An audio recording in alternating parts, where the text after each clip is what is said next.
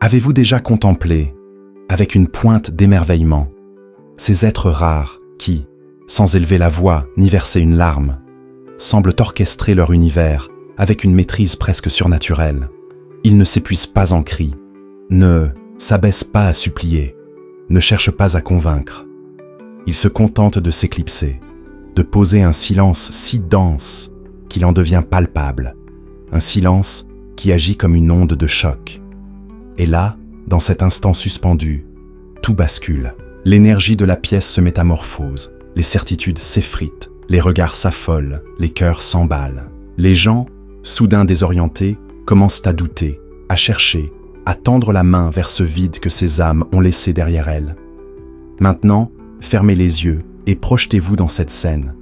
Imaginez que vous cessiez de répondre à chaque sollicitation, que vous laissiez le silence parler à votre place, que vous optiez pour la retenue plutôt que l'emportement, pour le mystère plutôt que la transparence. Que se passerait-il d'après vous? Permettez-moi de vous guider dans cette exploration. Lorsque vous cessez d'être une marionnette émotionnelle, toujours prête à réagir, à combler, à apaiser, le monde autour de vous entre dans une sorte de chaos silencieux. Pourquoi? Parce que votre disponibilité constante, votre prévisibilité, est une arme que les autres manient pour vous garder sous leur emprise. Mais le jour où vous choisissez de vous soustraire, de devenir insaisissable, de vous draper dans l'énigme de votre propre silence, tout change. Ceux qui pensaient vous connaître, qui croyaient avoir cartographié chaque recoin de votre âme, réalisent, dans un sursaut d'effroi, qu'ils ne savent rien de vous. Vous devenez un territoire inconnu, et c'est dans cette inaccessibilité que réside votre pouvoir. Carl Jung, ce philosophe des profondeurs de l'âme, nous a légué une clé précieuse.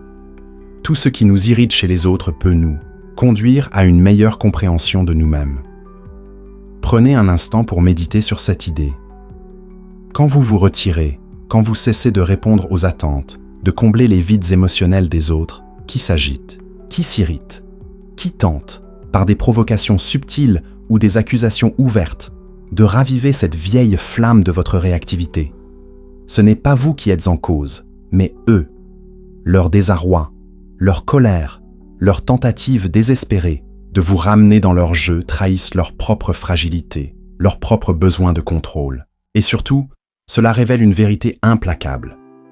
Tant que vous continuez à danser au rythme de leurs émotions, à dire « oui » quand votre âme murmure « non », à vous plier pour préserver une paix qui n'existe que dans votre imagination, vous restez une proie.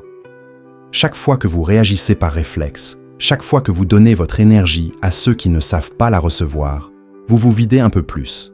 À la fin de la journée, il ne reste qu'une fatigue sourde, un sentiment d'égarement, un vide que vous ne parvenez pas à nommer. Et si je vous disais que ce vide a une cause bien précise? Vous êtes trop généreux avec votre présence, trop prodigue avec votre essence, trop disponible pour ceux qui ne savent même pas honorer une fraction de seconde de votre silence. Vous donnez sans compter, comme si votre énergie était une ressource infinie, alors qu'elle est, en réalité, d'une rareté précieuse. Ce message, cette réflexion, n'est pas un appel à vous couper du monde, à vous retrancher dans une forteresse d'indifférence. Non, c'est une invitation à vous choisir, à vous placer au centre de votre propre récit, à devenir le héros de votre histoire. C'est une ode à ce que Jung appelait l'individuation, ce voyage intérieur, parfois sinueux, souvent exigeant, mais infiniment libérateur, vers votre vérité profonde, votre entièreté, votre authenticité. Et ce voyage commence par un acte d'une simplicité radicale, mais d'une puissance bouleversante. Comprendre que le silence, lorsqu'il est choisi avec intention, lorsqu'il naît de la conscience et non de la peur, est une force plus éloquente que 1000 discours enflammés. Le retrait, lorsqu'il est un acte de souveraineté et non une fuite, devient une déclaration d'indépendance. Alors, je vous pose la question, avec une sincérité qui me brûle le cœur. Combien de temps encore allez-vous laisser les émotions des autres tirer les ficelles de votre existence? Combien de temps encore allez-vous bondir comme un automate dès qu'on effleure une de vos blessures?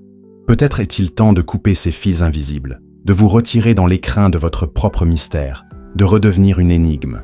car c'est lorsque vous cessez d'être à la disposition du monde que le monde, lui, commence à vous voir, à vous respecter, à vous chercher.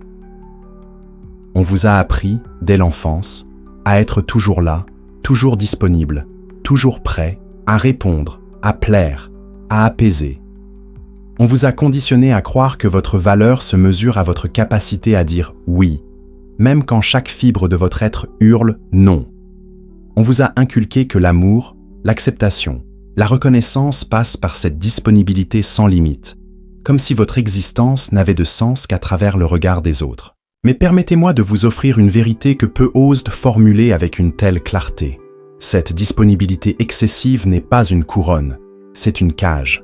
Tant que vous penserez que vous devez être accessible à tout moment, émotionnellement, physiquement, mentalement, vous serez une proie facile pour ceux qui savent appuyer sur vos boutons, ceux qui savent exploiter vos failles. Vous deviendrez un outil, un pansement émotionnel, un bouton d'urgence que l'on actionne pour obtenir une dose d'attention, de réconfort, de validation.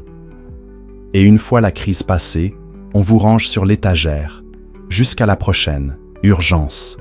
Vous ne le voyez peut-être pas, car vous êtes pris dans cette illusion douce amère. Si vous êtes toujours là pour les autres, quelqu'un, un jour, sera là pour vous. Mais la vie, dans sa cruelle honnêteté, ne fonctionne pas ainsi. Les gens ne chérissent pas ce qui est donné sans effort.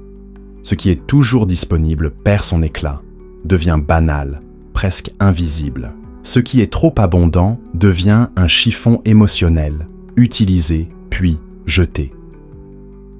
Jung parlait de la persona, ce masque que nous portons pour être aimé, accepté, admiré.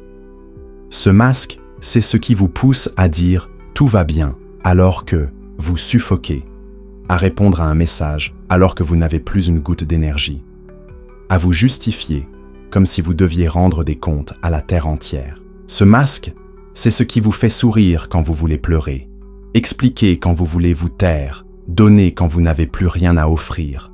Mais ce masque a un coût, et ce coût, c'est votre paix intérieure. À force de jouer ce rôle, vous vous éloignez de vous-même. Être toujours disponible, c'est une forme subtile d'auto-trahison, une manière déguisée de mendier l'approbation, de fuir le rejet, de contrôler l'image que les autres ont de vous. Mais ce contrôle est une illusion, et il vous épuise. Votre énergie, cette flamme précieuse qui vous anime, n'est pas infinie. Chaque oui forcé, chaque réaction automatique, chaque concession faite à contre-cœur est une goutte de cette énergie que vous offrez à ceux qui ne savent pas la recevoir. Et à la fin, que reste-t-il? Une coquille vide, un écho de vous-même, une fatigue que vous ne pouvez pas expliquer. Et ceux qui exigent votre disponibilité, ils ne veulent pas de vous, pas vraiment. Ils veulent ce que vous leur apportez, une écoute, une validation, une distraction, un miroir pour leur ego. Mais regardez ce qui se passe quand vous posez une limite, quand vous refusez de jouer leur jeu, quand vous choisissez le silence. Ils s'agitent, ils vous accusent, ils vous reprochent d'avoir changé. Mais la vérité, c'est que vous n'avez pas changé. Vous avez simplement cessé d'être leur béquille émotionnelle. Et voici une vérité encore plus cruelle. Plus vous êtes disponible, moins vous êtes respecté. Ce qui est trop abondant devient négligeable. Personne ne chérit ce qui ne demande aucun effort. Personne ne valorise ce qui est toujours à portée de main. Personne ne respecte ce qu'il n'a pas à conquérir. Alors, prenez une profonde inspiration et posez-vous ces questions. Qui mérite vraiment votre temps, votre attention, votre présence? Qui mérite le privilège de votre silence? Qui mérite d'entrer dans le sanctuaire de votre énergie? Et surtout, pourquoi réagissons-nous si vite, si fort, si souvent? Pourquoi cédons-nous si facilement à cette pulsion de répondre, de plaire, de combler? La réponse se trouve dans ce que Jung appelait l'énergie psychique, cette force vitale qui est à la fois votre essence et votre bouclier.